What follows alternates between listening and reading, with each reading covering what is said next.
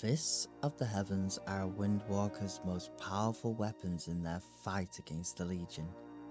Today, we explore the lore of these intriguing armaments of Azeroth. The Legion's latest invasion of Azeroth has given the need to finding weapons of great power to match the coming threat, and rumours have been circulating of a pair of handblades capable of controlling the storm itself. Your investigations have led you to an old friend, Lily. She explains that this rumour was overheard when she last travelled to Ul'dun with Shen, and honestly, she's more than ready to go on another adventure. Her pops take some convincing, but eventually gives in, knowing all too well that there's no use fighting her when her mind is made up. After the long journey to Ul'dun, you and Lily encounter the Tol'vir, who also know of these weapons. The timing could not have been better, however, and a bargain is struck.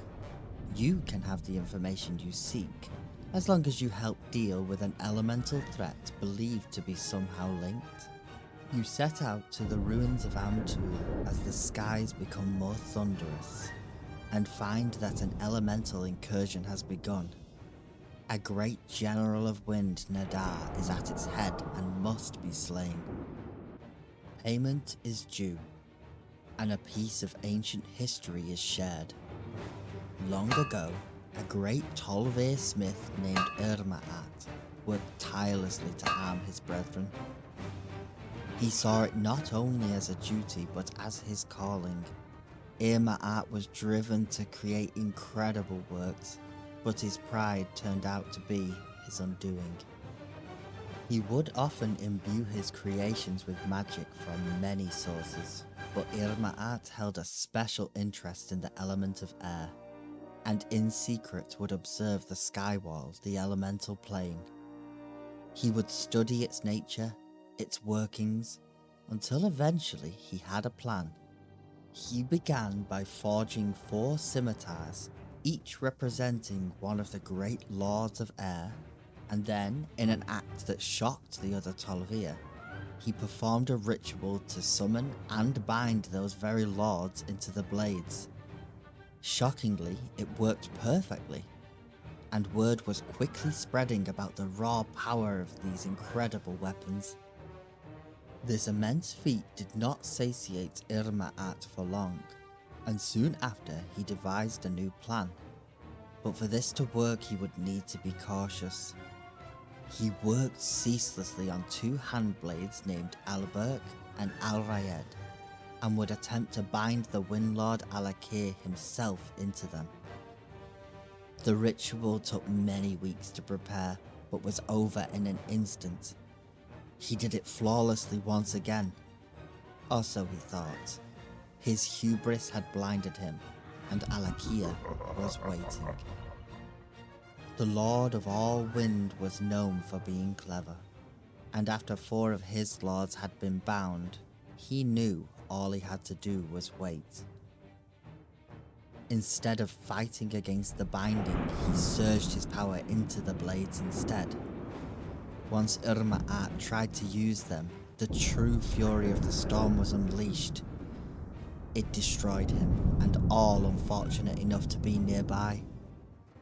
The Tol'vir gathered the relics and buried them, so they could never be used again.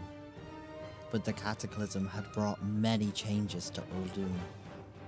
Alakir was slain, and a civil war in the plane of air was raging ever on to fill the power vacuum he left behind. One of these lords, Typhinius, sensed a fragment of his master's old power still out in the mortal world. He searched the desert sands endlessly until he found the blades. These weapons were so destructive it took him extensive time just to be able to use them. But use them he did. With unimaginable losses, he put an end to the civil war and then set his sights on further conquest, though it would take some time for the forces of air to recover. With the legions coming, he sensed an opportunity to begin an invasion of his own. The mortal races will be distracted, he thought.